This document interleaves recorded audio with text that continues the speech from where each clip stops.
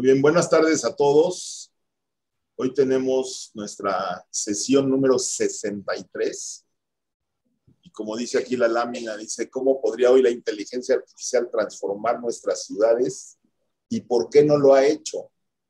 Un tema bastante sugerente, yo diría, ¿no? Y está con nosotros el ingeniero Felipe Lara Leiva, que es empresario y divulgador científico enfocado en ciencias cognitivas, inteligencia artificial y economía del comportamiento. Sus empresas se centran en tecnologías de retail, smart cities y manufactura avanzada por medio de inteligencia artificial. Es ingeniero mecatrónico por la Universidad de La Salle y cuenta con estudios ejecutivos en Babson y en el MIT. Tiene 12 años de experiencia en visión artificial y un galardón mundial en robótica de humanoides en colaboración con el CINVESTAF y con la UNAM. Es miembro del Consejo Consultivo Empresarial de la Facultad de Ingeniería de la Universidad de La Salle, así como de diversas delegaciones diplomáticas dedicadas a la promoción internacional de la innovación y la iniciativa empresarial en México y en Latinoamérica. Le damos una muy cordial bienvenida a Felipe y le agradecemos mucho que esté con nosotros. Y antes de pasarle la palabra, también está con nosotros el presidente del colegio, el ingeniero Luis Rojas, a quien quisiera pasarle la palabra para que nos dé un mensaje de bienvenida. Adelante, Luis. Micrófono. Gracias, Aiza. Sí, Felipe, es un gusto tenerte con nosotros y compartir tu conocimiento. Creo que el conocimiento siempre es transversal, ¿no? Para todas las ingenierías y esta inteligencia artificial que nos preocupa mucho justamente los smart cities, la movilidad, como lo comentábamos, va a ser un tema esencial de nuestro congreso ahora en noviembre. Es un tema que vamos a ver también ahora en el seminario del Gran París, el 7, 8, 9 de septiembre, donde qué están implementando de movilidad y de todas las tecnologías para el proyecto del Gran París. Así que le damos la bienvenida en nombre de todos los miembros de este comité, de todos los miembros del Colegio de Ingenieros Civiles de México y de todos los miembros de la comunidad ingenieril que nos están viendo en nuestras redes sociales. Gracias, Felipe, por compartir. Muchas gracias. Muchas gracias a ustedes por la invitación. Muy bien. Voy a compartir entonces la presentación. Me avisan si la pueden ver.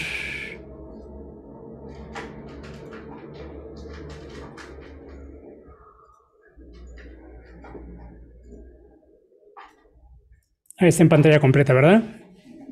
Sí, ya. Sí, es correcto. Sí, ahí está. Perfecto. Bueno, pues voy a dividir esta presentación en 4 partes. Al principio les voy a hablar un poco sobre mi trabajo, la empresa que represento, un poco de historia, de por qué me metí en estos temas. Luego voy a abordar el tema como tal de qué es la inteligencia artificial, el aprendizaje en máquina. No voy a entrar en tantos detalles técnicos, sino las diferencias fundamentales, ¿no? Cuáles son, por supuesto, sus capacidades. Luego vamos a entrar en un tema bastante interesante, uno que también pues, estoy aprendiendo yo bastante sobre cómo puede este tipo de tecnologías transformar nuestras ciudades. Y voy a hablar específicamente de tecnologías que existen ya hoy, ¿no? Es decir, no algo que se va a desarrollar a futuro, sino cosas que ya se podrían hacer si, digamos, nos pusiéramos de acuerdo, ¿no?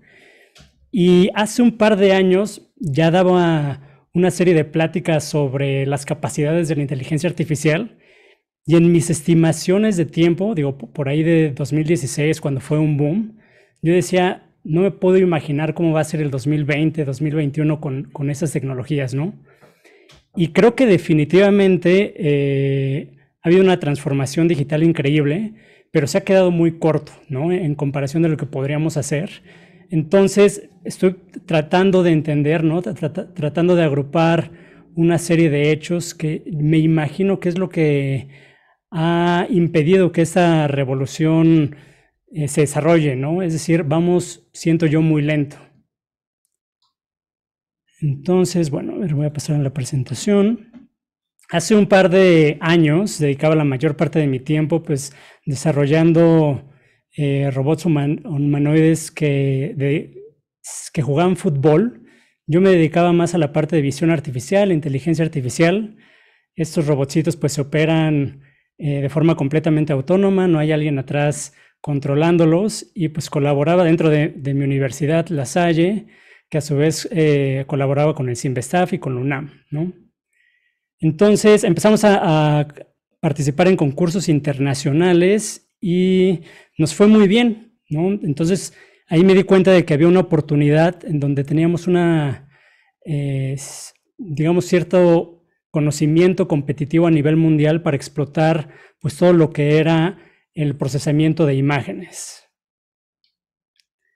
De ahí es que surge la idea pues de fundar lo que primero fue una empresa llamada Verstan Labs, y luego a través de unos socios que quieren explotar esta tecnología en el área de retail, fundamos Retail Sites, ¿no? Nos convertimos en una consultora que lo que hace básicamente pues es desarrollar tecnología para medir el comportamiento de las personas en los puntos de venta, ver con qué interactúan, qué productos compran, por dónde pasan, cuáles son las zonas calientes.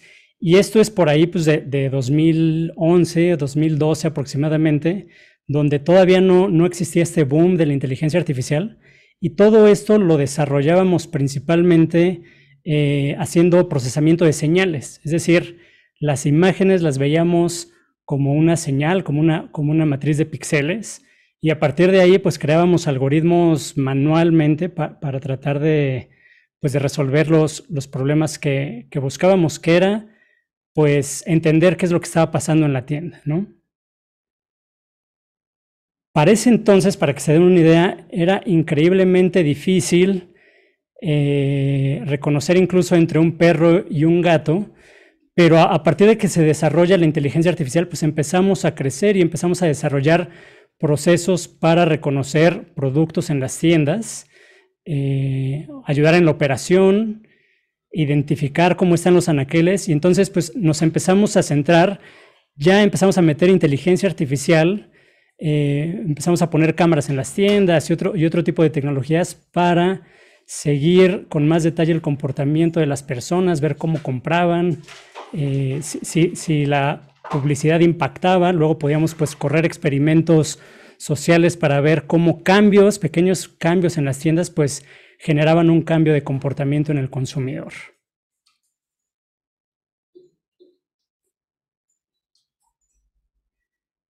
No solo dentro de la tienda, ahora también monitoreamos el exterior. Si se dan cuenta, todas estas fotos pues son tomadas muchas veces por gente que no tiene nada que ver con la marca, o gente que va pasando. Por eso no son perfectas, pero hemos sido capaces de extraer información aún en este tipo de imágenes, ¿no?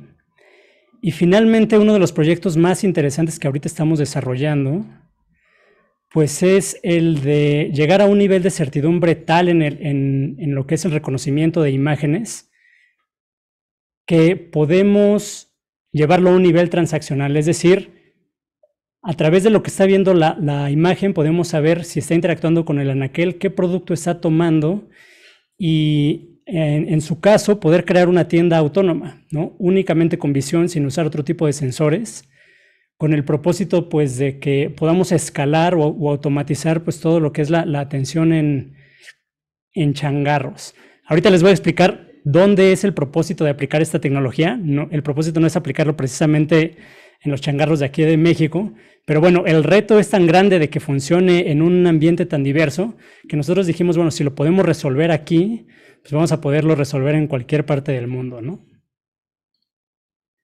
Actualmente nuestra tecnología está midiendo alrededor de 100,000 tiendas en México y en Estados Unidos. Entonces ya es una tecnología pues, que está bastante distribuida y probada.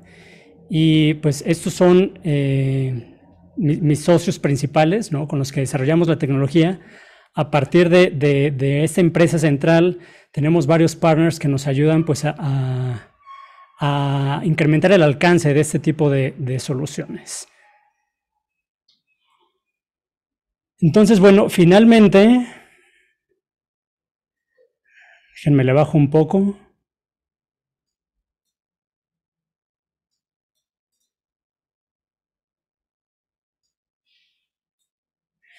A partir de 2018 es cuando le queremos dar un giro a la empresa y decidimos que no solo vamos a aplicar esta tecnología en el área de retail, ¿no? Sino pues vamos a buscar otras áreas en donde podamos aplicarlo, y nos empezamos a convertir en una empresa dedicada de alguna forma a ser como el centro de innovación de nuestros partners, ¿no? Es decir, llegamos con alguno de nuestros clientes y decimos, bueno, vamos a ayudarte a transformar en las actividades directamente que tú haces, cómo te podemos ayudar, cómo podemos pues digitalizar el mundo físico para darte una ventaja competitiva frente a tus competidores. Y entonces empezamos a interactuar en otras áreas. Una de ellas, por ejemplo, fue el área de manufactura. Empezamos a desarrollar aplicaciones en donde a través de una fotografía podíamos reconocer, pues en un tornillo, por ejemplo, usado para la industria de gas y petróleo, pues cuándo fue producido, cuándo caduca, porque se empieza a perder una protección que evita la corrosión en el mar, por ejemplo, y entonces se tiene que sustituir antes. Y cualquier persona en cualquier parte del mundo baja esta aplicación, le toma una fotografía al tornillo y pues puede obtener información detallada sobre este componente. Luego nos fuimos, esta fue nuestra primera incursión en ciudades inteligentes. Desarrollamos una app para medir el tráfico, saber quién se estaba estacionando y en dónde, y entonces poder cobrar también a modo de un parquímetro autónomo, ¿no? Que no fuera necesario que estuviera el usuario al pendiente de pagar, sino simplemente las cámaras lo veían y podían determinar pues cuánto cobrarle, también guiar al usuario hacia donde había un lugar disponible, por ejemplo. Esta solución la pensamos idealmente para los pueblos mágicos en México, en donde es difícil poner los aparatos de parquímetros porque hay ciertas restricciones visuales, no hay mucho espacio, a veces no hay banquetas. Y bueno, hay una necesidad enorme. Muchos de los turistas pues pasan hasta 40 minutos tratando de buscar un lugar de estacionamiento. Entonces, la intención de esta aplicación fue resolver este tema. Empezamos también a generar una serie de soluciones que estaban enfocadas en hacer que, por ejemplo, los usuarios, los consumidores, ya sea de gas o de energía, pudieran ellos mismos a través de una foto de su medidor, pues mandar el reporte de consumo sin que se tuviera que desplegar una fuerza de adquisición de datos de consumo pues, en todo el país, ¿no? Lo cual es una tarea bastante complicada.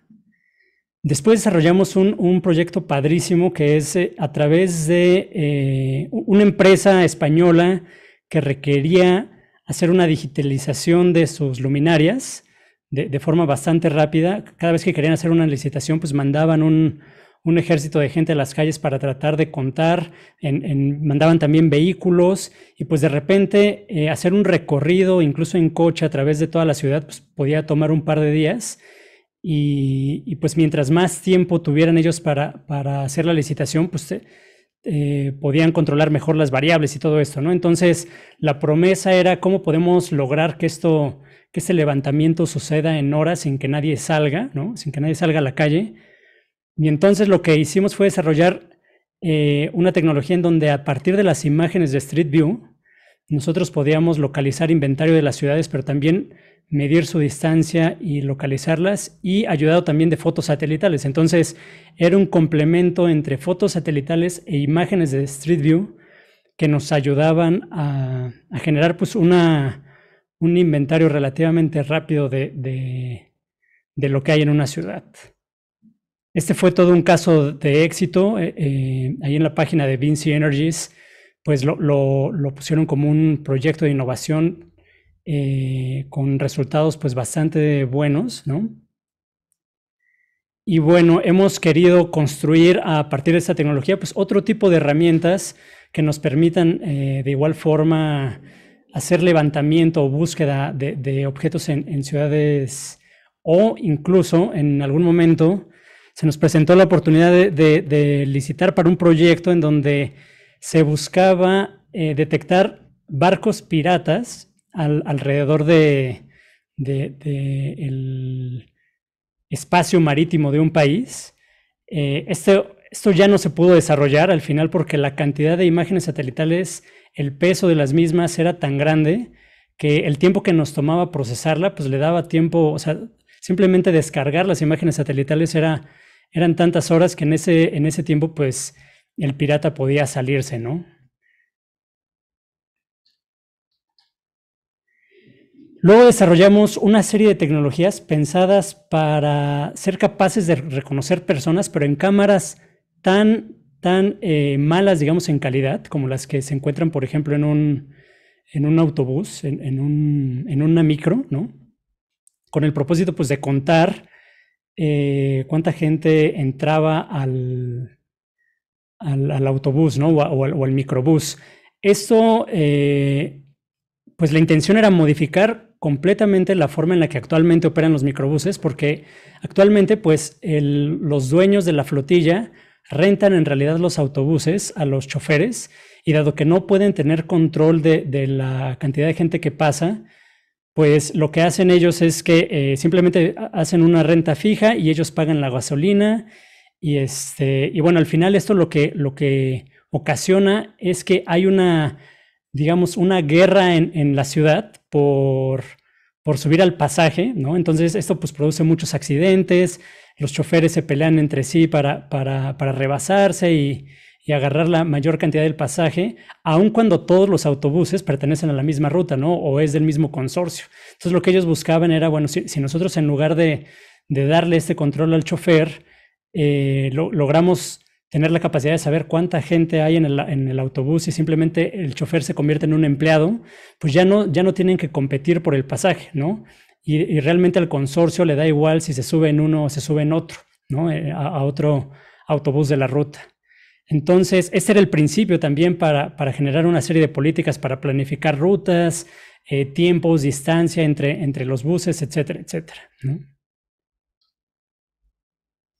Y luego, dado pues que ya teníamos la capacidad de detectar actividades a través de video, pues lo siguiente es empezar a buscar la forma de llevar a leer otro tipo de actividades que tengan que ver más con la seguridad, ¿no? Es decir, si nosotros empezamos a ver que alguien arroja objetos o hace un movimiento como de apuntar con una pistola, o actividades comunes como barrer, ¿no? Es decir, cómo las descartamos y cómo hacemos que la gente que opera el C4 puede estar recibiendo puede estar viendo lo que es más probablemente un crimen, ¿no? Lo que la inteligencia artificial está detectando que podría ser un crimen.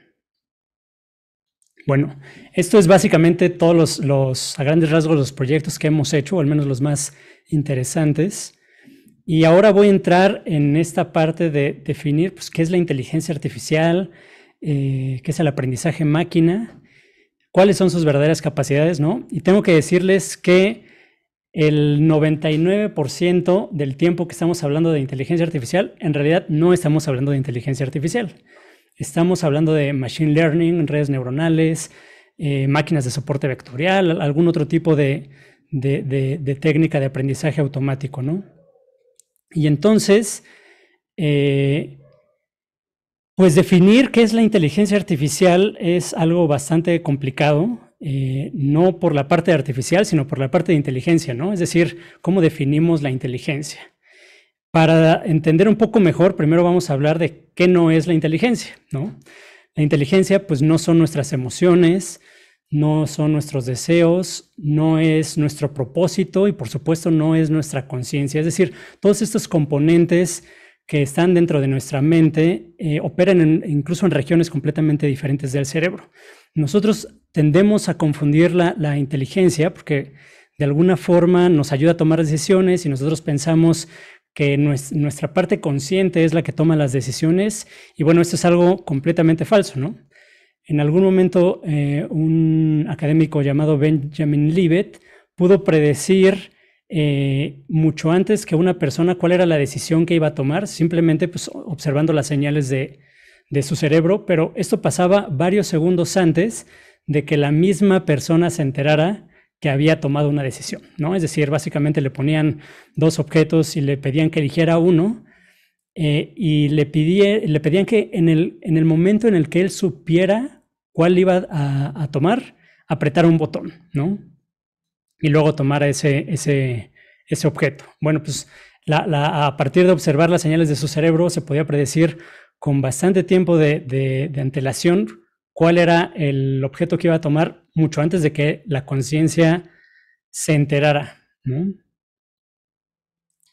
Y muy bien. Entonces, ya sabemos que no es la inteligencia. Entonces, ¿qué es la inteligencia? Y se podría escribir un libro completo tratando de definir esto.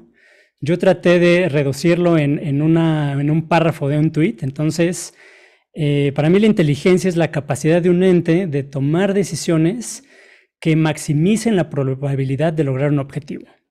Todo esto a través de la comprensión del problema y de su entorno. Esto solo puede ser logrado, por supuesto, a través de una serie de capacidades a las cuales llamamos capacidades cognitivas. La percepción es una de las más importantes, que es básicamente pues, observar, escuchar, crear modelos de la realidad, pero también hay otras como aprender, recordar, razonar, imaginar, predecir, clasificar, y hay un enorme etcétera de capacidades cognitivas, ¿no? Entonces, esto quiere decir que aunque las capacidades cognitivas son necesarias para formar un ente inteligente, estas capacidades de forma aislada no son por sí mismas inteligencia. La inteligencia en realidad emerge cuando estas capacidades interactúan entre sí para construir una decisión o una secuencia de pasos orientadas, por ejemplo, a lograr un objetivo. El machine learning, entonces, y específicamente las redes neuronales artificiales, nos han ayudado a construir estas capacidades cognitivas de forma independiente. Pero el 99.9% de los casos no le podemos llamar a este set de capacidades cognitivas artificiales, pues realmente inteligencia artificial, ¿no? Ni siquiera inteligencia artificial débil, como algunos autores les gusta referirse. Entonces, ¿por qué usamos tanto el término de inteligencia artificial para referirnos al aprendizaje máquina? Pues básicamente porque hace muchos años, cuando esto empezaba, nosotros teníamos tan poca comprensión de cómo funcionaba el cerebro y cómo eran los procesos que construían de alguna forma la inteligencia, que decíamos, bueno, cuando una máquina logre tener una conversación conmigo, o logre reconocer un objeto y entender lo que es diferenciar entre un objeto y otro, bueno, entonces podemos hablar de que hemos alcanzado la inteligencia artificial, ¿no? Pero en realidad no, es mucho más complejo que eso. Y bueno, con el paso del tiempo, pues lo hemos seguido usando de forma indistinta, y la mayoría de la gente que nos dedicamos al machine learning, pues sabemos que realmente no es inteligencia artificial, pero pues además suena bonito y es mercadológicamente muy potente, ¿no? Ahora, hay algo aquí importante. Esto no quiere decir que el machine learning o el aprendizaje máquina no sea increíblemente, se podría decir, disruptivo y socialmente transformador, ¿no? Cada vez que nos referimos a la inteligencia artificial y su potencial, aunque nos referimos en realidad al machine learning, estamos en lo cierto en que tener la capacidad de imitar las capacidades cognitivas humanas pues es realmente un hito en la humanidad, ¿no? Durante toda, y aquí viene algo interesante, durante toda la historia de la humanidad, nosotros hemos desarrollado tecnologías que nos han permitido reemplazar el trabajo físico. Es decir, desde las máquinas simples hasta los robots, la forma de transportarnos para no tener que caminar en un automóvil, etcétera, etcétera.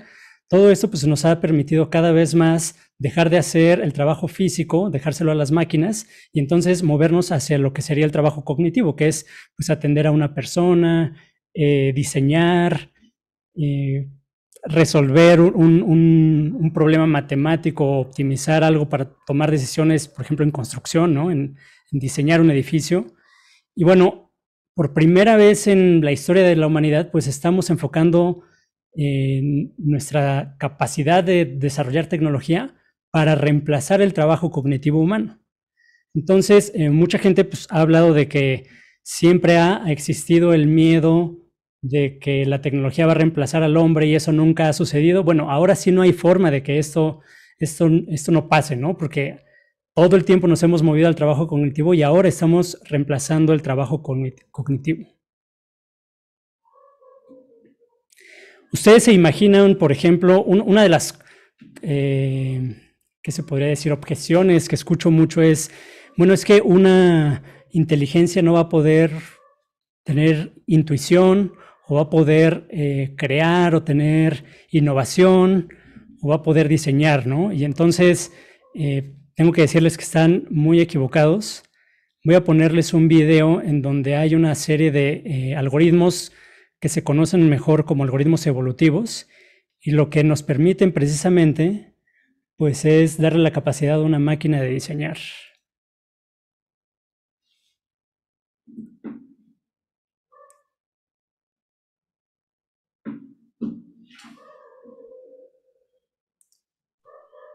¿Hay sonido o no, Felipe? Sí, disculpe, ¿no tiene sonido? No. Ah, perdón, yo lo estoy escuchando acá. A ver. Déjenme ver, porque también creo que le tengo que poner aquí que se comparte el sonido. A ver, ahí están viendo la pantalla, ¿verdad? Sí, la pantalla se ve bien. Over the last 3.5 ¿Sí se escucha? years, Ahora sí. we've created tools that have in turn helped us Yo sí create our escucho world. todo. And while those Desde un tools have made principio. more and more things possible, over the last 3.5 million years, we've created tools that have in turn helped us create our world. And while those tools have made more and more things possible, they've also defined our aesthetic and limited our imaginations. Until now, if you couldn't draw it, you couldn't fully imagine it. But what if instead of drawing what you already know, you could tell the computer what you want to accomplish? For example, say I want to design a chair. Instead of drawing a chair and then playing with the form, I could instead tell the computer that I wanted a chair that can support this much weight, weigh this much, and cost this much, and produce something based on the material that I've chosen. The computer can then deliver to me thousands, if not millions of design options, all of which meet those criteria. And from those options, I can pick the one design that delivers on the most important criteria. And the one that I select might not even been one that I could have imagined on my own. That's the promise of generative design. But why is it important? It's an entirely new way of doing things, and the benefits are potentially staggering. Unprecedented reductions in costs, development time, material consumption. The sky's the limit. And when we combine generative design with the emergence of new forms of manufacturing like 3D printing, we suddenly have access. Traditional manufacturing methods require you to make massive numbers of something just in order to be profitable. Small designers without access to production resources were simply out of luck. But now we can do a batch run of just one. The stage is being set for the reemergence of local manufacturing. Generative design extends beyond manufacturing. In fact, everything that's designed will be affected, including the built environment. How do you create an ideal floor plan? Can we balance structures for material type, strength, and energy consumption? Generative design promises a way to answer these questions and to create designs that avoid waste and control cost. So all that's great. What does this mean for the designer? Now they will co-create with the technology, choosing the constraints and setting the goals. The software simply determines the most optimized way of achieving those goals. It's going to lead to astounding results. And that's generative design.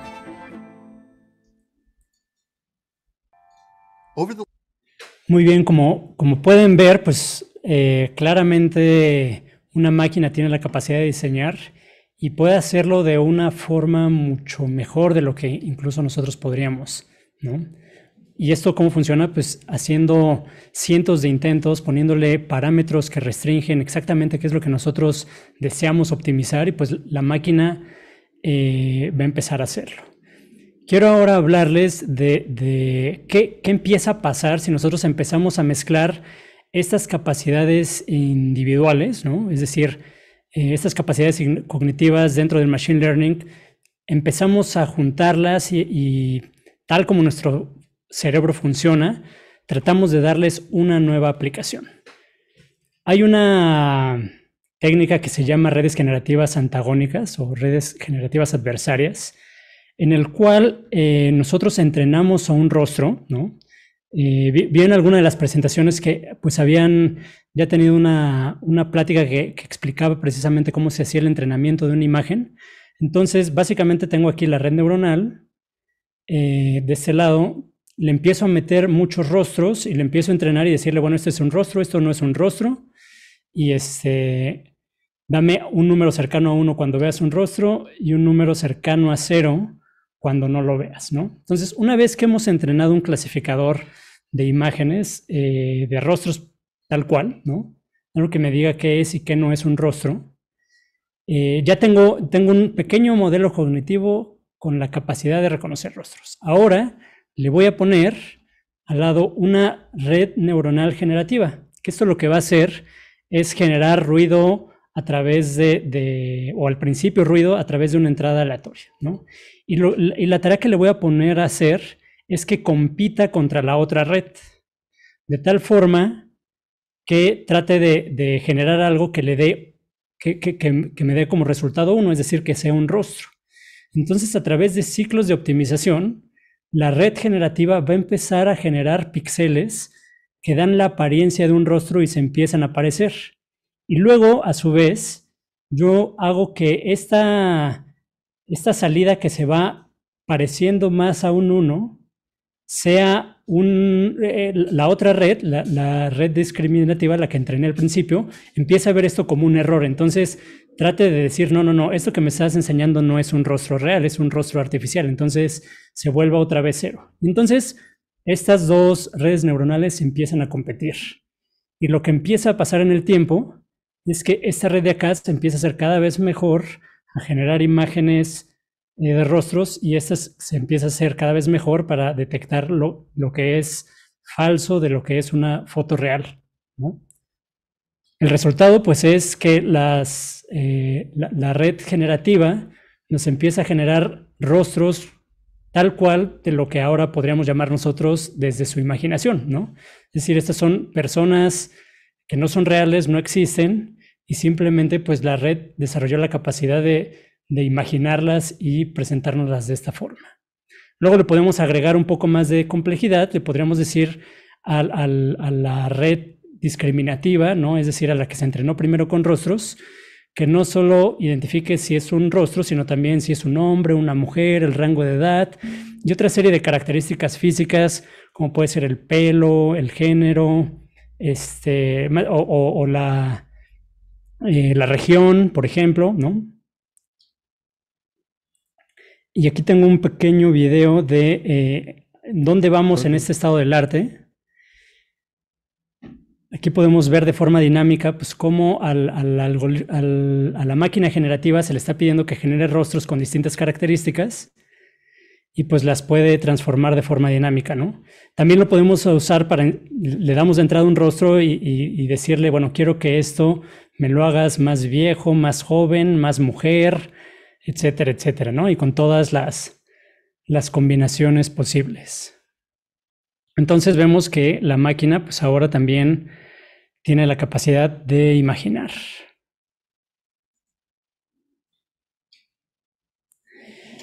Luego vamos a ver otro ejemplo en donde podemos mezclar capacidades de una máquina. La forma en la que nosotros, digamos, comprendemos las palabras que oímos se procesa en una región del cerebro que se llama Wernicke. Y es una región diferente a la parte que nos permite hablar, o es decir, generar palabras, generar lenguaje. Esta capacidad la tenemos en una región que se llama Broca. Además, en otra región del cerebro tenemos ya sea en el hipocampo o en la corteza inferotemporal, pues es donde alojamos una serie de conceptos que pueden ser tanto abstractos como objetos reales, ¿no? Personas, restaurantes, mesa, día de la semana. Y entonces cada una de estas capacidades nosotros a través del Machine Learning las hemos desarrollado ya de forma independiente, al menos en una forma muy básica, ¿no? ¿Qué pasa si las empezamos a mezclar, ¿no? El video que les voy a poner a continuación es una llamada que genera una inteligencia artificial en la cual se le mezclaron estas características y se le pide que haga algo tan simple como una reservación de una mesa. Y aquí debería de estar el video. Ya se me perdió. Déjenme buscarlo. Pensé que lo había metido en la presentación. Permítanme un segundito.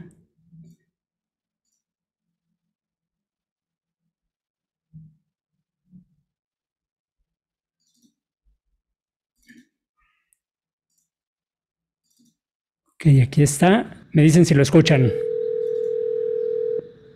Sí, how may I help you? Hi, I'd like to reserve a table for Sí, escucha. Wednesday the 7th. For 7 people? It's for 4 people. 4 people when? Next Tonight? Wednesday at 6 p.m. Oh, actually we leave here for like after like 5 people. For 4 people you can come. How long is the wait usually to be seated? For when, tomorrow or weekday or? For next Wednesday, the 7th.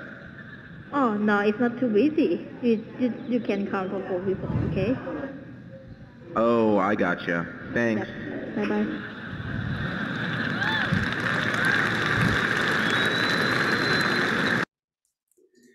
Entonces, bueno, ahí tenemos uno de los resultados de lo que implica pues juntar varias capacidades cognitivas. Esta para mí es de las primeras soluciones o de los primeros proyectos que podría considerar realmente como inteligencia artificial. ¿Por qué? Porque no es solo una capacidad cognitiva, sino es una mezcla de capacidades que nos permiten pues al final resolver un problema. Déjenme ponerle la presentación.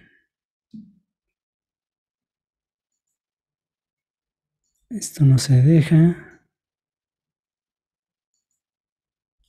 Ahí está. Muy bien, pues ahora voy a pasar a cómo podríamos, si nosotros aplicáramos hoy este tipo de tecnologías a las ciudades, ¿cómo sería nuestra vida? ¿No? Aquí les pongo una imagen de Singapur de fondo, que pues es como el estándar ahora, ¿no? Bueno, ahora compite también contra los Emiratos Árabes Unidos en crear pues las ciudades más inteligentes, más interconectadas. Y bueno, debo de decirles que aún estamos lejísimos en aplicar las capacidades actuales realmente a problemas pues de la vida real, ¿no? Uno de ellos, por ejemplo, que me encantaría empezar a ver, es que imaginen que si ya tenemos la capacidad de hacer que una máquina genere un edificio o genere una construcción o un diseño basado en parámetros de optimización que nosotros les demos, ¿no? Aquí tenemos, por ejemplo, un video de pues, cómo se está haciendo una casa con una impresión 3D. Pero ahora imaginen que lo podemos juntar con datos, por ejemplo, de cuál ha sido los movimientos, la frecuencia telúrica en esa zona específicamente, cuáles las características del suelo, la mecánica de suelos, cuál es la necesidad de la ciudad de vivienda, de movilidad, de precio, de costo de vivienda, de desarrollo, ¿no? Y ahora, utilizando toda esa información, fuera la máquina la que diseñara el edificio y lo construyera, ¿no? Ya no tendría realmente sentido, ¿no? Que las construcciones tuvieran que ser aprobadas por el gobierno, porque realmente, pues, si consideramos que lo va a hacer con una serie de parámetros óptimos, ¿no? Pues entonces no hay forma de ganarle a eso, no hay forma de que un individuo diga, no, ¿sabes qué? Mejor debería de ser de esta forma, o cuando esta máquina pues, pudo haber considerado todos los aspectos importantes al momento de diseñar esta construcción.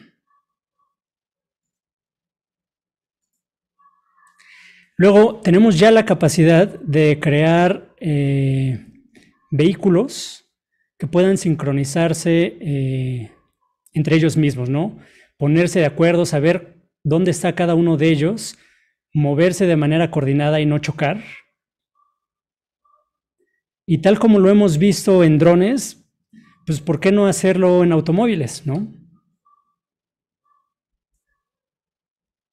Hoy, por ejemplo, estamos entrando en esta etapa, en esta revolución de los vehículos autónomos, pero en este entonces no se está planteando ni siquiera la posibilidad de que se sincronicen entre sí, de que sean reactivos en el entorno entre el uno y el otro, de que eviten colisiones.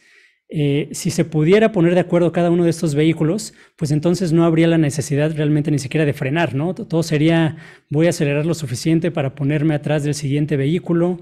El tráfico sería completamente un problema del pasado.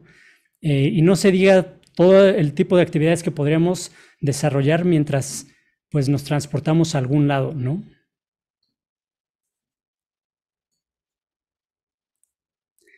Otro de los proyectos, sí lo he visto en algunos países que ya lo están usando, es la predicción del crimen. Es decir, si nosotros alimentamos todo el tiempo a una máquina para que vea patrones como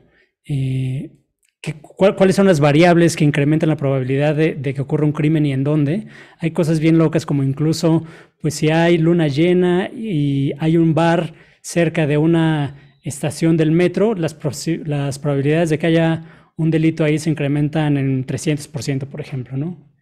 Entonces, de esta forma, pues podríamos mandar a las patrullas o a cámaras de seguridad en puntos específicos, pues para reducir al máximo el crimen. Esto es algo bien interesante que no sé por qué no se ha hecho, ¿no?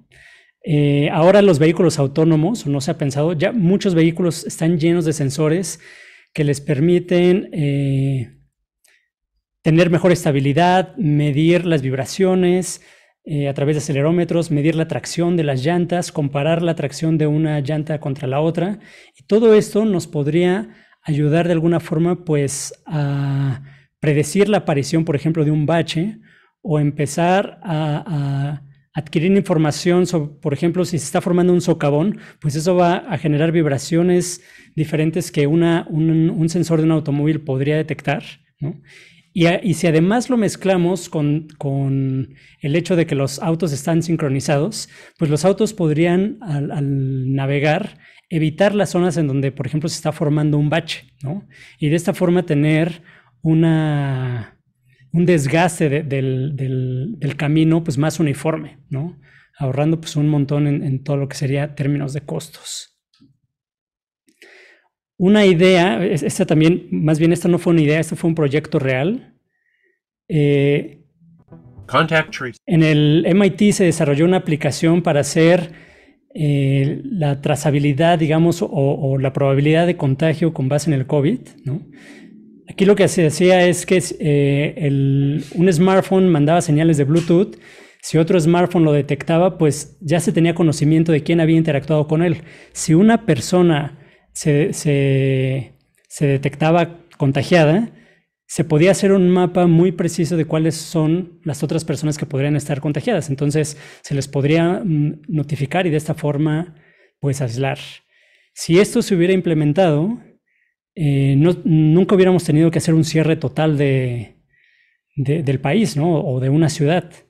Simplemente el sistema podría orientarnos de dónde están las personas que tienen cierta probabilidad de contagio, mandarles, hacerles pruebas, y entonces tanto las vidas que se salvarían como los empleos y toda la afección económica, pues habría sido otra historia completamente diferente, ¿no? La tecnología ya está, no se ha llevado a cabo.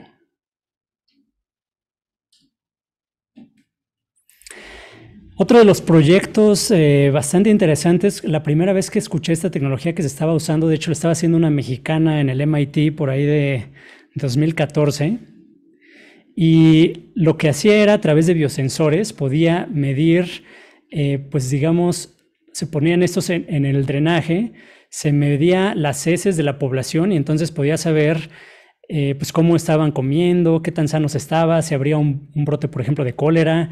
Ahora podemos detectar el COVID también en las heces, entonces podemos saber Imagínense que el semáforo epidemiológico no fuera decisión de un político, ¿no?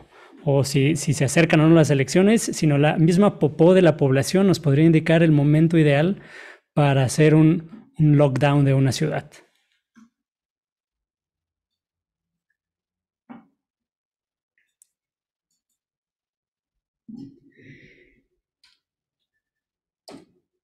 Aquí algo más pasó con el título. Pero bueno, estas son básicamente aplicaciones en donde se podría usar la inteligencia artificial, y cada una de ellas ya tenemos la tecnología, ya existe, ya se ha hecho de forma aislada, ¿no? Y sin embargo, yo creo que muchas de ellas tienen más de 7, 8 años en donde se desarrollaron y se han hecho pruebas, y aún no lo estamos viendo en las ciudades. El título de la siguiente parte, ¿no? O ya para entrar a la parte final, es ¿por qué no estamos viendo esta tecnología en las ciudades? ¿Por qué no está ahí? Y yo creo, esto es algo, sería muy difícil tratar de agrupar todas las razones por las cuales no estamos viendo esto desarrollarse, pero yo traté de agrupar las causas en 3 problemas fundamentales, ¿no? Hay, por supuesto, obstáculos tecnológicos, obstáculos económicos y obstáculos sociopolíticos. Entonces, vámonos un poco a los tecnológicos. Aquí puede haber varias cosas, ¿no? Una es que no tenemos el conocimiento para hacerlo, o tenemos el conocimiento, pero la tecnología no está desplegada, ¿no? Falta que, por ejemplo, ahorita podemos... desde hace muchos años tenemos la capacidad de crear transmisión en el rango de 5G. Sin embargo, es hasta ahorita que se está desplegando, y muchas aplicaciones tecnológicas pues están varadas porque todavía no está desplegada esta tecnología, ¿no? Esto puede ser una de las causas. La otra puede ser, en el caso, por ejemplo, de la inteligencia artificial, es que no tenemos información para entrenar la red neuronal. Por ejemplo, si quisiéramos hacer la idea de este edificio que se optimiza, digamos, basado en sismos pasados, ¿no? Si yo tuviera un histórico de cómo un sismo generó cierta vibración en un edificio, en una zona, basado en el suelo en específico, ¿no? Es decir, a qué frecuencia, de cuánto fue la intensidad, en dónde se originó, cuál fue la frecuencia del sismo. Entonces yo puedo generar un edificio con la frecuencia natural de oscilación específica para que nunca entre en resonancia con el sismo, y entonces, sin importar qué tan fuerte sea, pues nunca se va a ver realmente afectado, ¿no? El problema es que, aunque tenemos la tecnología para hacer eso, no tenemos la medición porque no hemos colocado acelerómetros en la ciudad y no ha habido la cantidad suficiente de sismos, o no son tan periódicos, pues como para recabar la cantidad necesaria de datos para entrenar un modelo que permita entrenar una máquina que diseñe esto, ¿no? Entonces, esto es otro de los obstáculos tecnológicos. Luego vienen los obstáculos económicos. Este es bastante básico. El costo de desarrollo en muchos de los proyectos pues no genera el retorno de inversión suficiente para la persona que va a poner la lana, básicamente, ¿no? Es decir, yo puedo, por ejemplo, crear un robot de asistencia, un robot que me lave los trastes, que me cocine, pero bueno, el costo de desarrollar una máquina de este tipo sigue siendo altísimo, ¿no? Un robot doméstico pues no se compara con lo que nosotros pagamos por que lo haga un humano. Y así hay muchísimos ejemplos. De hecho, este es uno de los obstáculos más grandes, ¿no? Es decir, ya podemos hacer muchas cosas que aún no son viables económicamente. Hace rato les enseñaba un video de una tienda autónoma que estamos desarrollando. Esta tienda no funcionaría en México porque sigue siendo muy barato mantener un changarro aquí en México, ¿no? Y el costo computacional de poner las cámaras, recibir video en alta definición, procesarlo, pues es muy alto. Entonces no da para Ese tipo de tecnología no da aquí. Sin embargo, es algo que puede funcionar muy bien en Europa y Estados Unidos, en donde el costo de mantener una tienda pequeña es tan alto que ni siquiera hay, ¿no? Las tiendas de conveniencia son más parecidas a Oxxos y a mini supers que a changarros como hay en México. Y nosotros sabemos que la necesidad existe. Aquí, por esta razón, ese es el proyecto que estamos haciendo de tiendas autónomas, pues lo estamos ahora estrenando en Estados Unidos. Esta es una tienda piloto que pusimos por allá y pues precisamente la idea es que la tienda pueda hacer un supercito chiquito del tamaño de un changarro y pueda yo entrar, tomar un producto y en ese momento me cobra, ¿no? Puedo regresar por otro y hacer checkout y en todo momento sin intervención de un humano.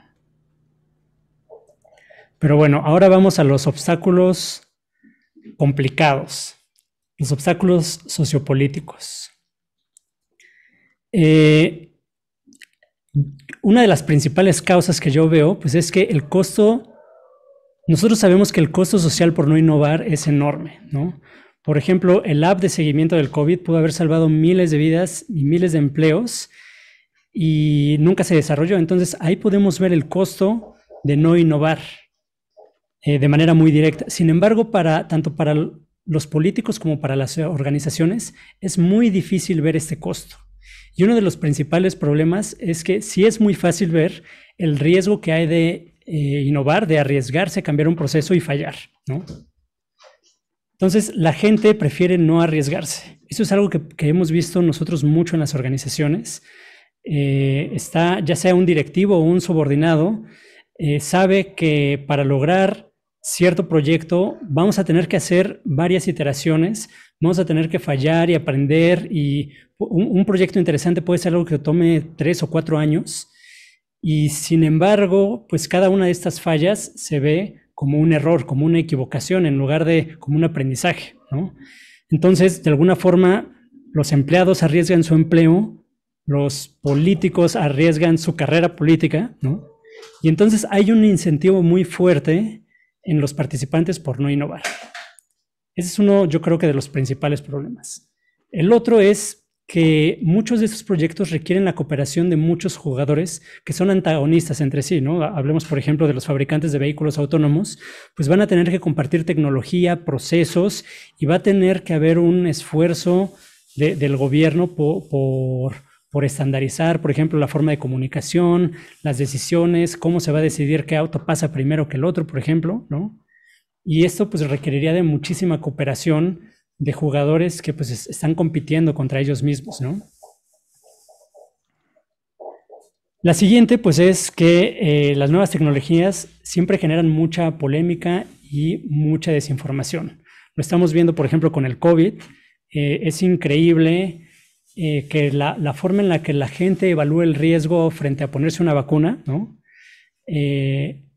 No lo comparan de forma efectiva contra el riesgo de no hacerlo. Es decir, le tienen miedo a los coágulos cuando pues, las probabilidades de morir son aún mayores en el camino a ponerte la vacuna, ¿no? Que te toque la mala suerte de que pues generes una reacción que genere coágulos y te mueras por esa vacuna. Eso pues es un enorme problema. Prácticamente la mitad de la población de Estados Unidos no se estaba vacunando, y esto pues se aplica en realidad a todas las tecnologías. En el caso de los vehículos, pues cuando un vehículo autónomo atropella a un usuario o tiene un accidente, el escándalo es enorme, a pesar de que sí es cierto que los vehículos autónomos tienen más accidente, pero son menos mortales. Tú tienes mucha mayor probabilidad de morir en un accidente conducido por un humano que por un vehículo autónomo. Y sin embargo, pues este tipo de cosas políticamente genera trabas que dicen, no, pues hay que regularlo y va a estar prohibido y tiene que haber un conductor, etcétera, etcétera, ¿no? Y bueno, el último, que es un poco más difícil de llegar, no hay una solución directa a este problema, pero pues es el miedo real a la pérdida de empleos. Este es una característica, un problema real.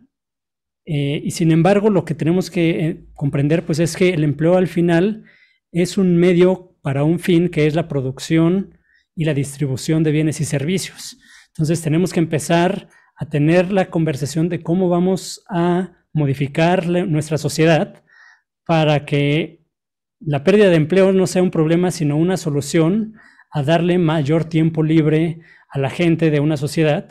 Y entonces tenemos que crear un nuevo modelo de distribución de la riqueza, en el cual, pues, incluso ideas como el salario universal básico, pues empiezan a no sonar tan descabelladas, ¿no? Sobre todo en las personas que están perdiendo su empleo por causa de la automatización.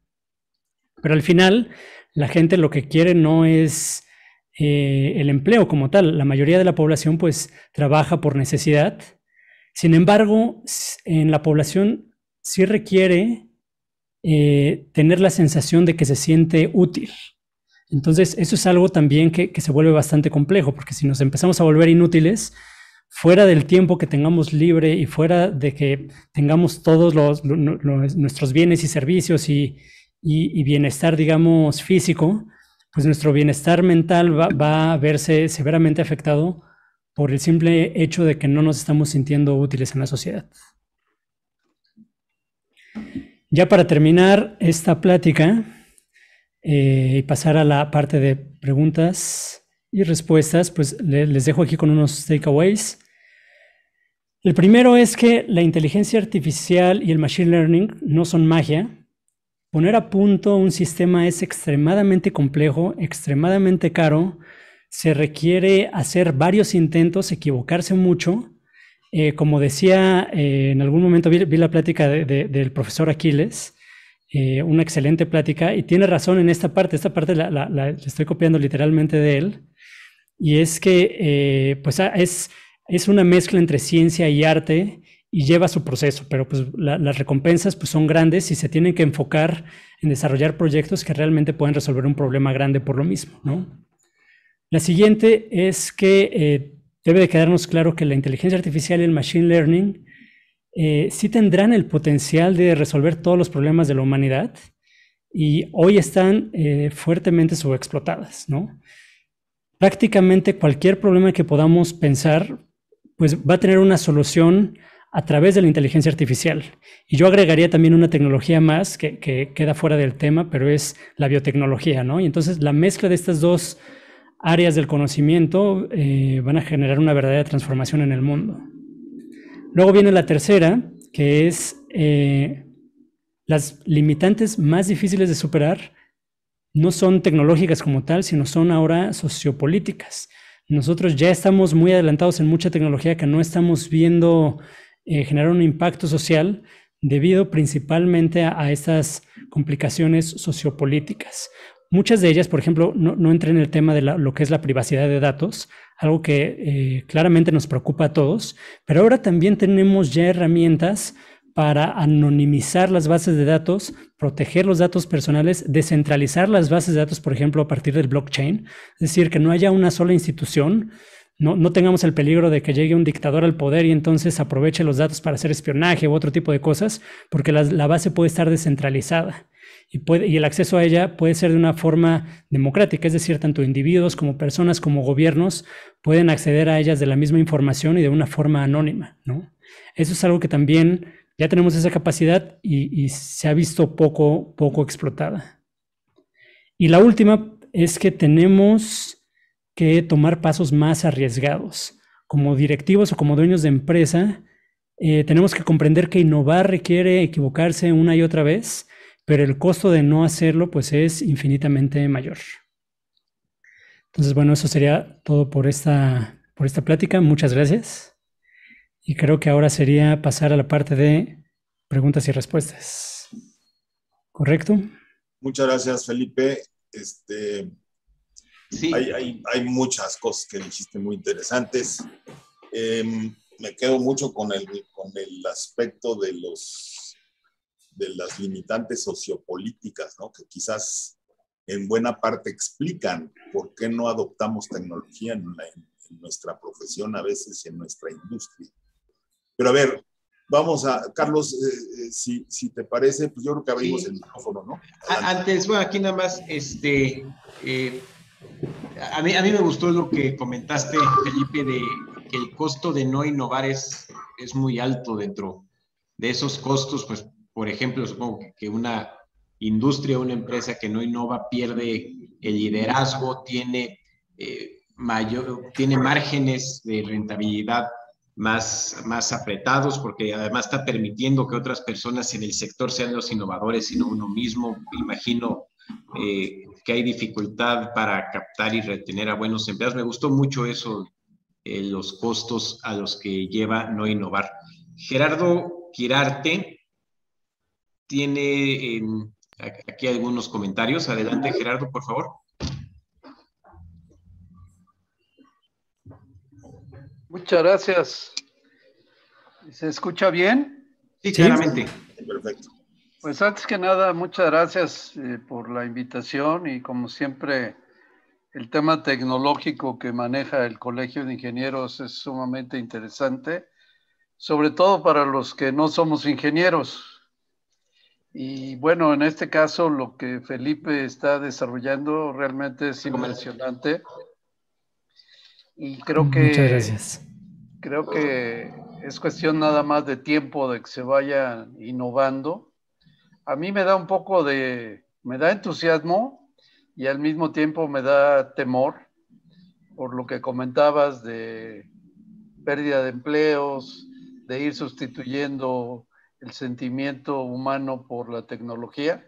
Sin duda es una tendencia y en mi generación, que creo que es un poco la mayoría de los aquí presentes, pues nos está tocando el cambio generacional tecnológico y cuando vemos estas cosas pues parecen películas de ciencia ficción. Sin embargo, nos entusiasma ver gente joven de nuestro país que pueden hacer tantas cosas. Yo estuve involucrado con un proyecto que por eso me interesa tener el contacto contigo, porque estamos haciendo una escala de magnitud de desastres. Yo trabajé un tiempo en protección civil del estado de Querétaro y estamos haciendo una similitud de cuando ocurra un desastre, cómo puedes atender las necesidades y todos los factores que se involucran en ello, tanto controlables como no controlables. Por darte un ejemplo, si hay un sismo y llega el político y dice, hay que abrir el camino, lo número uno es abrir la calle y las carreteras, y resulta que el número uno es que tienes que generar la electricidad para que puedan los sistemas de agua potable funcionar, para que no se te muera la gente.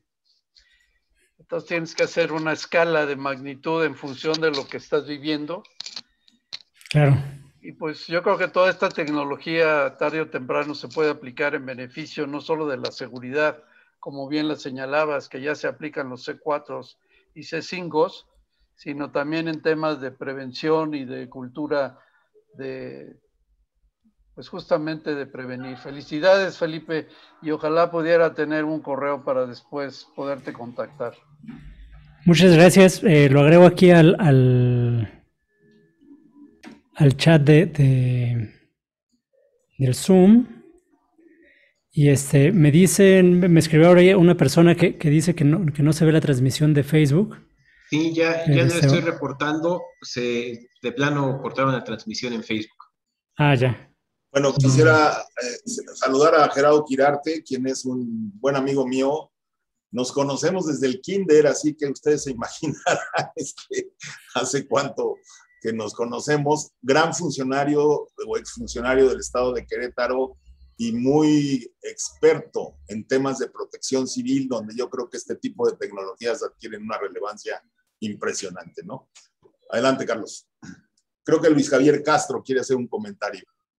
Es correcto. Sí, bueno, son dos comentarios. Uno es, yo me pongo a pensar en el reciente pasado, digamos, a principios de este siglo, las tecnologías que habían. Y veo las que tú nos mostraste ahora y no me puedo imaginar las que pueda haber dentro de 10 años si existo. es impresionante cómo día a día vamos viendo cosas nuevas y sus aplicaciones, y definitivamente yo llego a la conclusión de que es un tema que no tiene fin. Van a ir llegando más y más, y va a haber especialidades que las vas a tener que estudiar durante muchos años y concentrarte para poder utilizar todas ellas de una manera eficiente y efectiva. Luego, el otro comentario se refiere a la última parte de tu intervención.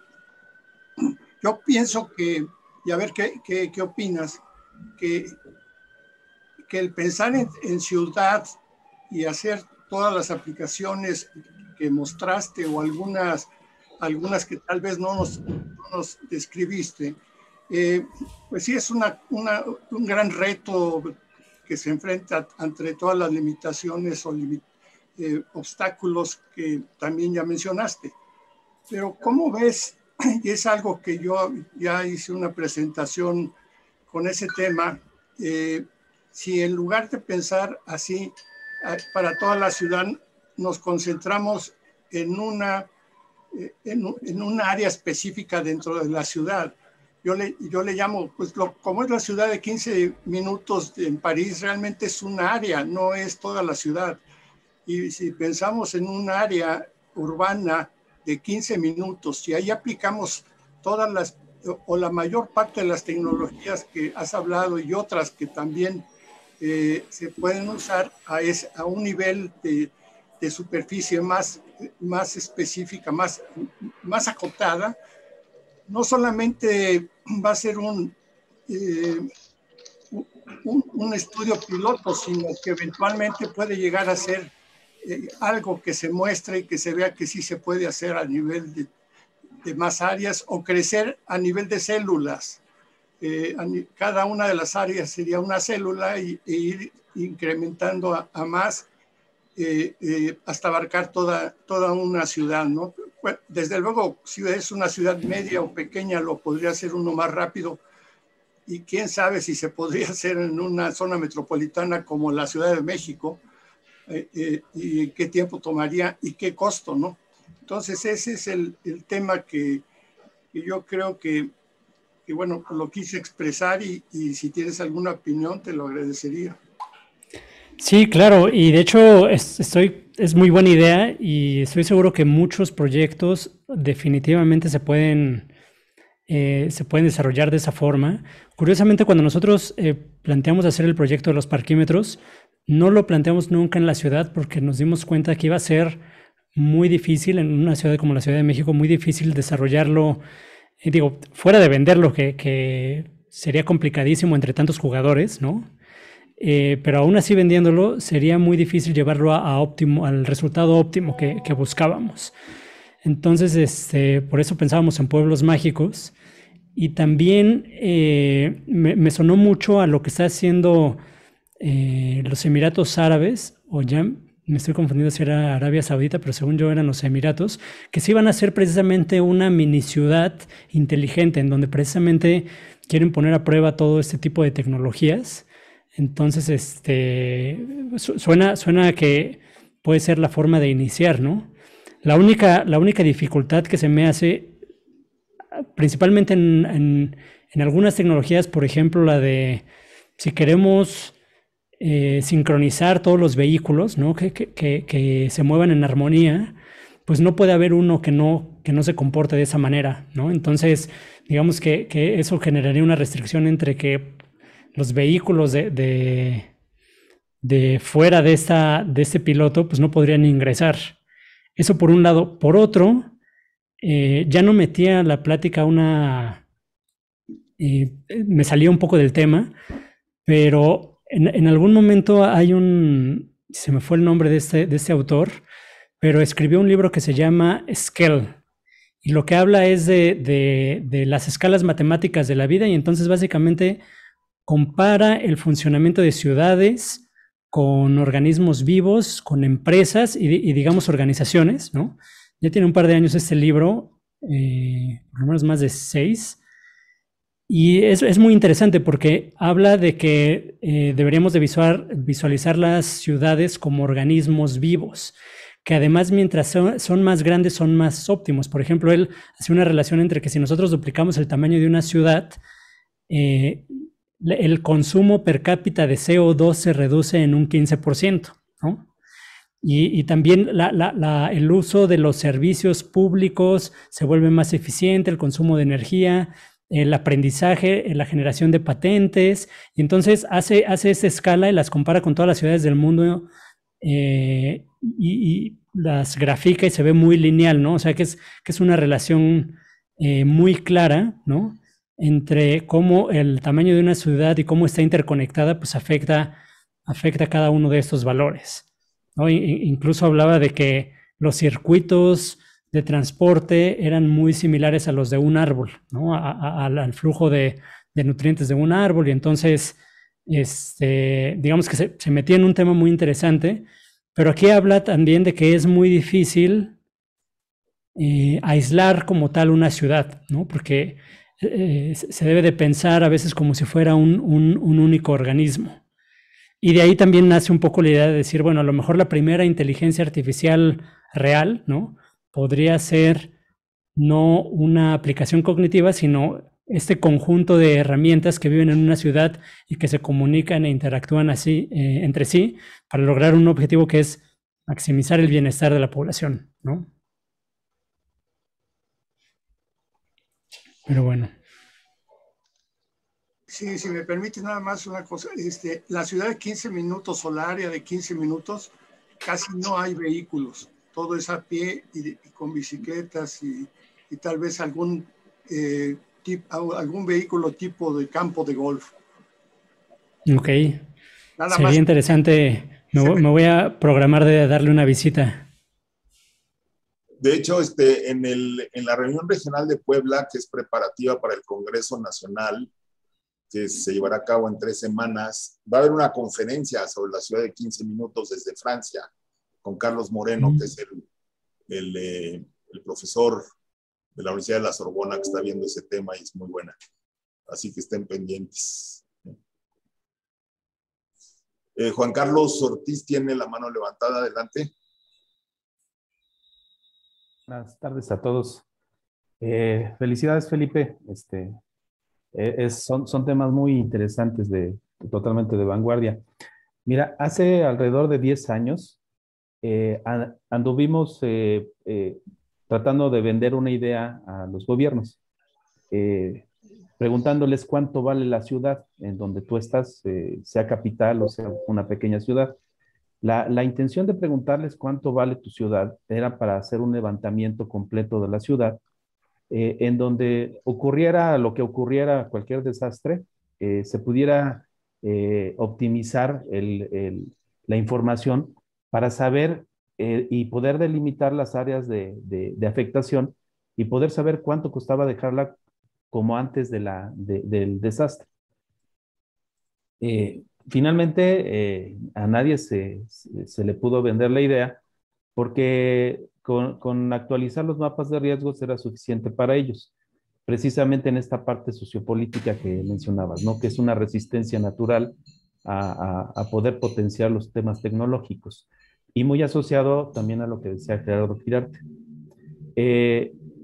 Aquí la situación, y yo lo dejo a la imaginación, es que nosotros estábamos tratando de vender la idea de que con la simple forma de hacer un polígono de afectación de una inundación, por ejemplo, ya sabíamos cuánta infraestructura, propiedad del gobierno municipal o del gobierno estatal o de afectación federal, se pudiera costear y los seguros podían pagar prácticamente rápido. No se tardan mucho en pagar, pero se podría pagar, se podría saber cuántas familias resultaron afectadas. Es decir, se optimiza la información para que la ayuda sea más eficiente. Pero ¿qué pasaría si se puede predecir la lluvia? Si se puede saber cuántos milímetros de lluvia va a caer y hasta dónde va a llegar el agua en un tema de ciclones, de lluvias extraordinarias, que se da cada año aquí en México. Pero además, con toda la información que la inteligencia artificial puede ir acopiando y que además la puede ir procesando, que se vayan generando las previsiones antes de que suceda incluso la formación de ciclones, y cuando lleguen ya nosotros sabemos en dónde se va a inundar, por qué se va a inundar, cuántas familias van a resultar afectadas. Es decir, se podría hacer, sí, el problema es el interés de los gobiernos, que finalmente son los usuarios finales, ¿no? Y son los que evidentemente no están tan convencidos. Me interesó mucho y ver tu presentación y ver el levantamiento sin salir a la calle, porque nosotros cuando ofrecíamos ese tipo de trabajo, precisamente era con mucha gente en la calle, que era un costo altísimo.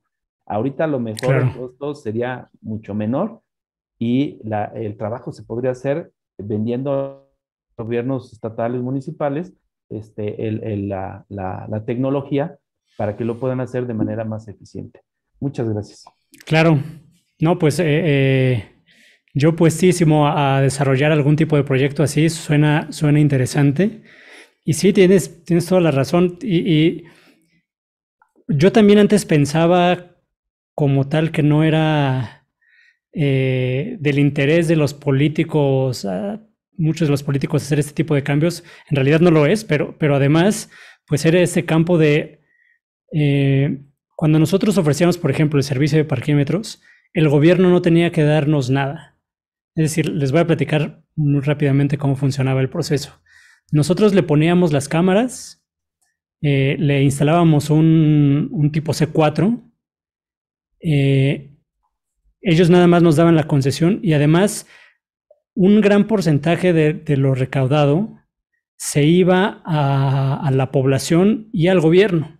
Y luego teníamos un portal en donde la misma población, para evitar todos los temas de siempre lo de poner parquímetros tiene un costo político alto porque a la gente no le gustan los parquímetros, ¿no? A los que viven ahí, curiosamente a los que visitan los lugares sí. Pero bueno, de esta forma, pues iban a llevar, ellos mismos iban a decidir en qué se iba a emplear ese dinero, en poner más seguridad, en mejorar las calles o en repartirlo directamente si así lo quisiera, ¿no? El gobierno no tenía que poner ni un peso y también le daba incluso la posibilidad a los usuarios de rentar, por ejemplo, el espacio que tienen enfrente de sus cocheras en un horario en el que no lo utilizan, ¿no? En el que puede haber un bloqueo sin que haya ningún problema. Sin embargo, aún así la gente o los tomadores de decisiones no veían en este proyecto un riesgo, no estaban seguros de que la gente lo iba a adoptar, iba a haber una serie de obstáculos en el proceso, ¿no?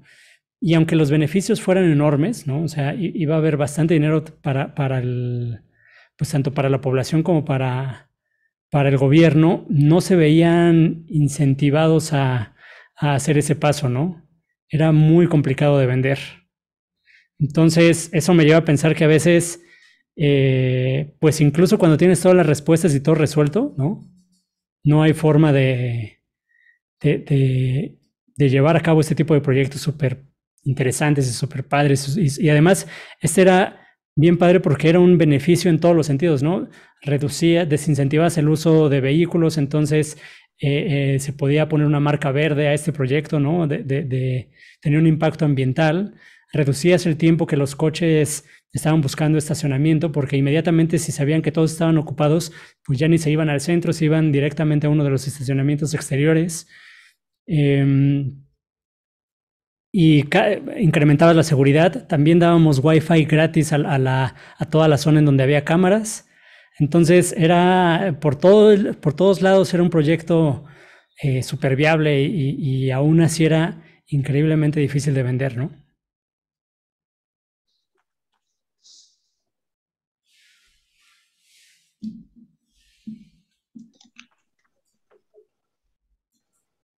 Sí, adelante, ¿alguien más?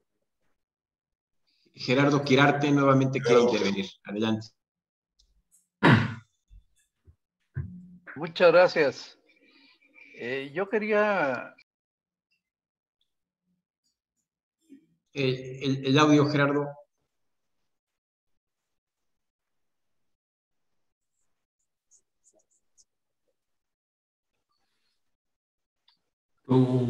Listo. ¿Ahí se escucha bien? Sí. Perdón. Quería ahondar un poquito lo que comentaba Juan Carlos Ortiz, que sin duda es muy interesante.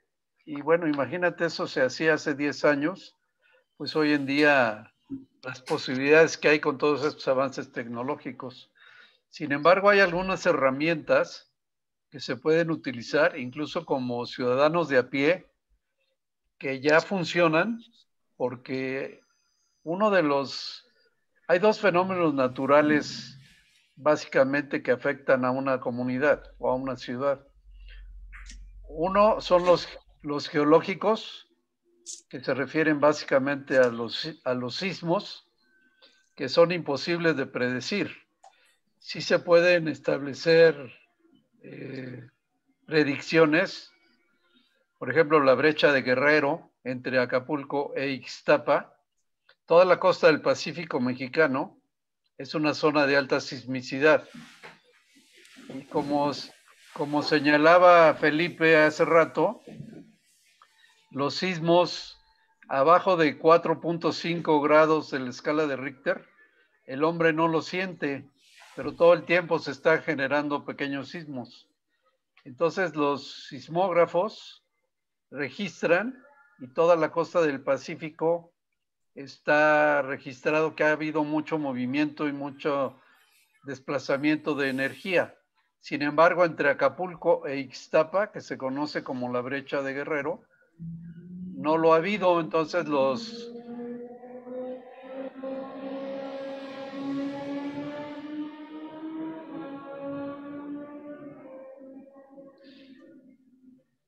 los geólogos y los geofísicos anticipan que el siguiente gran sismo puede tener su epicentro ahí.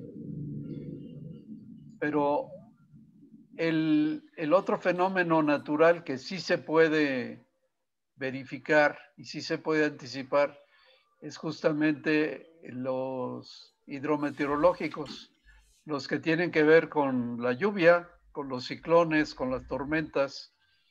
Incluso hoy hay algunas aplicaciones que ustedes pueden checar el radar del estado de Guanajuato, si se busca en internet, y se meten ahí, pueden ver toda la información de un radio de hasta 250 kilómetros a la redonda. Y bueno, hay sitios de internet que nos dan mucha perspectiva de los pronósticos meteorológicos, pero imagínense si eso ya está a la mano, incluso de los que no somos expertos en esto.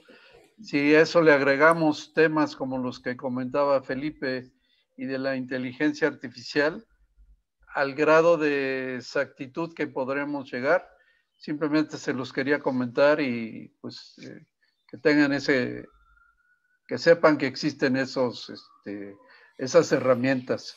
Muchas gracias. Bueno, a ver, adelante Luis Rojas. Sí, Felipe. Digo, es claro que los temas sociopolíticos, inversión, etcétera, las dificultades de implementar todo esto que nos acabas de comentar, pero yo quisiera que nos dieras buenos ejemplos, dónde sí se han implementado, qué ciudades o países, digo, porque gobiernos hay muchos, hay municipales, estatales, y creo que podría haber buenos ejemplos que vayan en ese sentido, y no al contrario, ¿no? ¿Qué ejemplos nos podrías dar que tú conozcas? Bueno, ya nos hablaste ahí de Banshee, Energy, etcétera, todo esto, ¿no? Sí. Entonces, ¿qué nos podrías comentar? ¿Quién sí está yendo en ese sentido? ¿Sí? ¿Y qué buen ejemplo nos podrías dar? Bueno, justo los que conozco pues, han sido los que en algún momento nos platicaban ahí. Al País Vasco le gusta mucho innovar y arriesgarse y pues tienen esa empresa Tecuni, ¿no? Que es parte de Vinci Energies. Y entonces los proyectos que están haciendo ahí, hay unos muy interesantes, algunos retos referentes, por ejemplo, a generar videos de cómo quedaría una ciudad, ¿no? O sea, ahorita me estoy acordando de uno. Y entonces, cómo se podía optimizar la venta, ellos llegar con una licitación y no solo decirle, mira, vamos a poner estas luminarias, sino mira, así se va a ver, ¿no? Y hacerlo de alguna forma, generarlo de alguna forma realista y rápido. Era otro de los proyectos que estaban haciendo. Recuerdo que también ahí en el País Vasco había otro proyecto tienen una industria metalúrgica muy fuerte que en algún momento cayó, ¿no? Y entonces querían rescatar, y recuerdo que la cantidad era así como una empresa llamada Sidenor del País Vasco era el segundo consumidor de metal más grande de Europa, una cosa por el estilo. Entonces compraba de todos lados, y tenían muchas dificultades en el control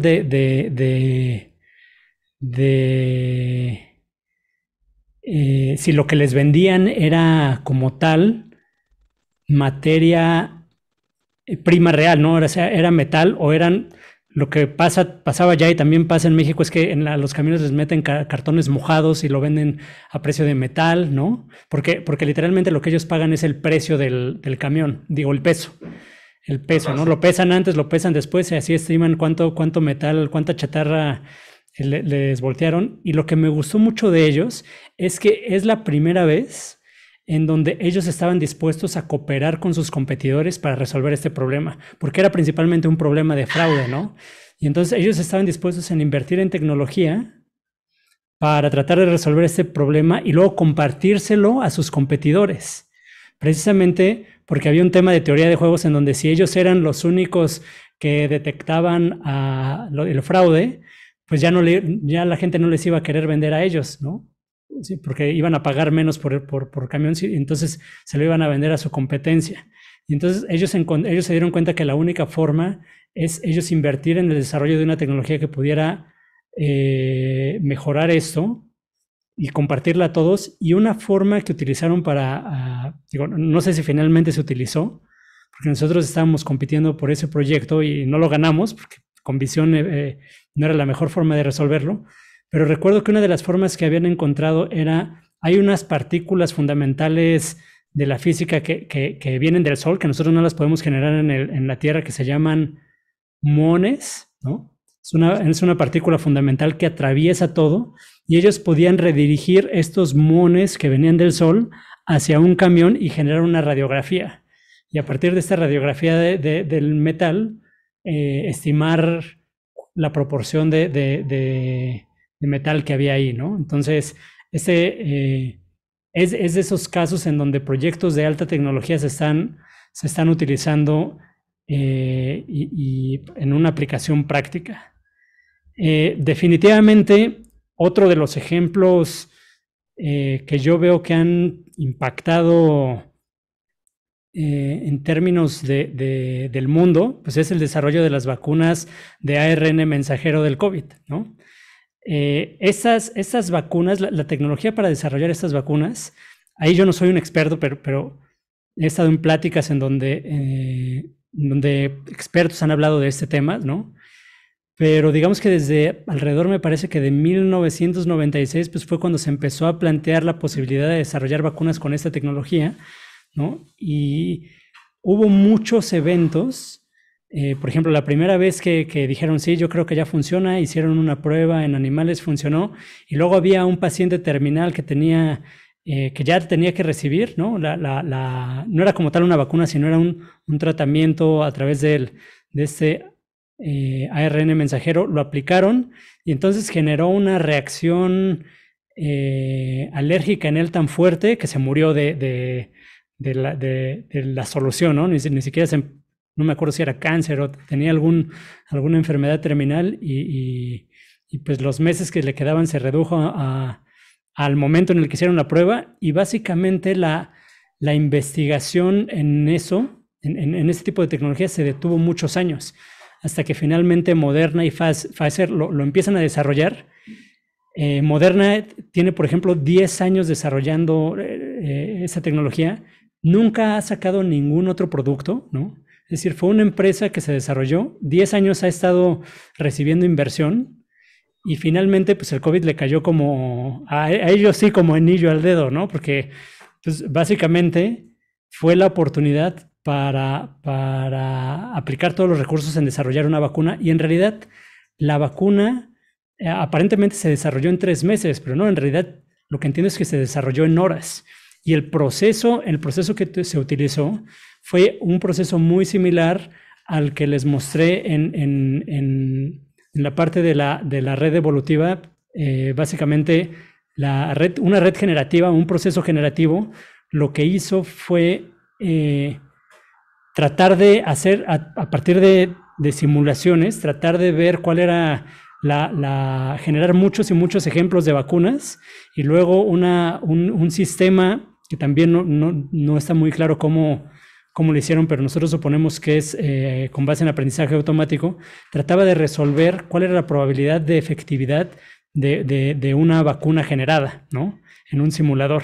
Y entonces hubo 10 candidatos y estos 10 candidatos de vacuna fue los que se tardaron 3 meses en evaluar, las que la generaron, la sintetizaron, vieron cómo se comportaba el COVID, se dieron cuenta que las que mejor funcionaban pues eran las que imitaban las espigas del coronavirus, ¿no? Y entonces este es un caso de éxito tremendo porque nunca en la historia de la humanidad, digo, antes la generación de una vacuna tomaba, pues podía tomar hasta 60 años, ¿no? Lo más rápido que se generó una, me parece, antes de esta, fue la del ébola, que pasaron 3 o 4 años. El punto es que para cuando llegó la vacuna ya se había acabado la epidemia, ya se había controlado, ¿no?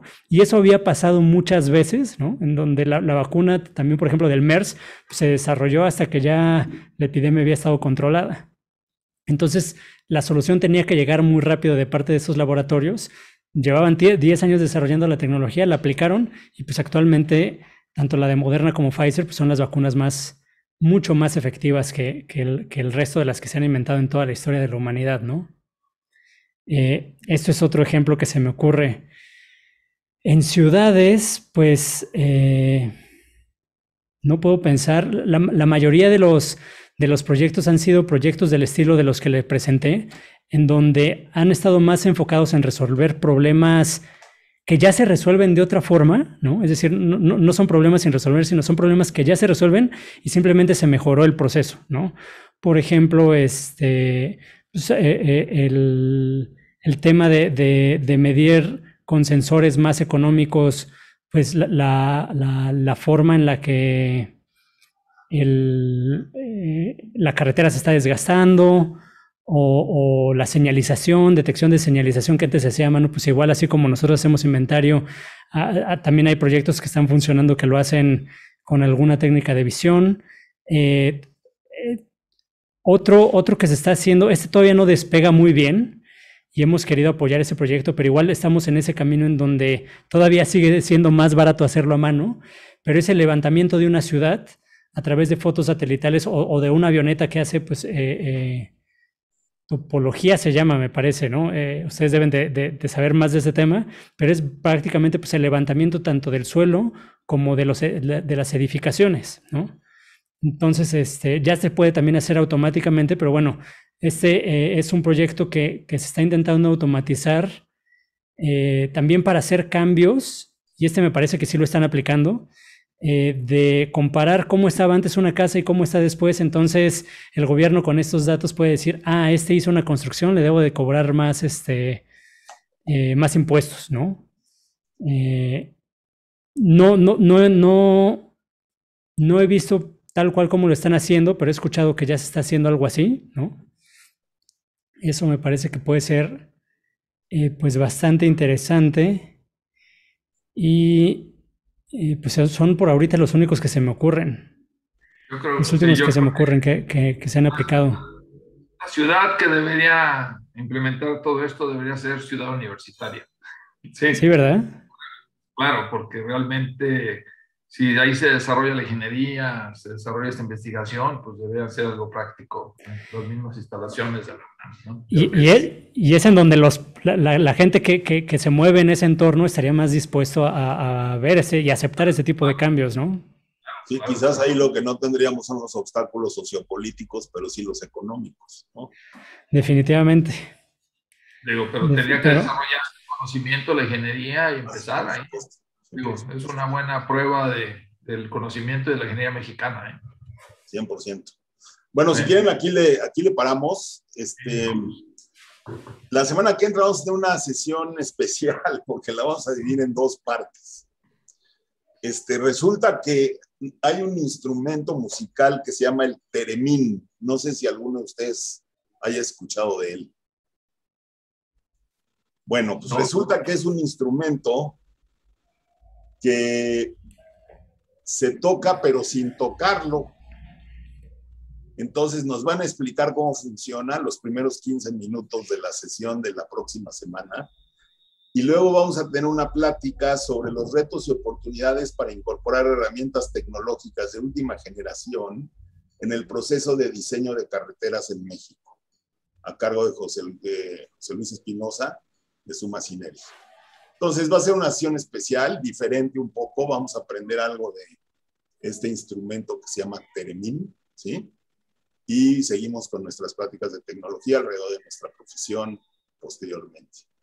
Entonces, Carlitos, si ponemos por favor el reconocimiento a Felipe, que dice, mientras, por favor, Felipe, prepara tu pantalla de captura de pantalla, porque te vamos a dar un aplauso, pero dice: el Comité de Tecnología del Colegio de Ingenieros Civiles de México otorga el presente reconocimiento al ingeniero Felipe Lara Leiva por su valiosa participación como conferencista con el tema ¿cómo podría hoy la inteligencia artificial transformar nuestras ciudades y por qué no lo ha hecho?, en la sesión virtual de Jueves de Tecnología del día 5 de agosto de 2021, firma el presidente del colegio, el ingeniero Luis Rojas Nieto y un servidor.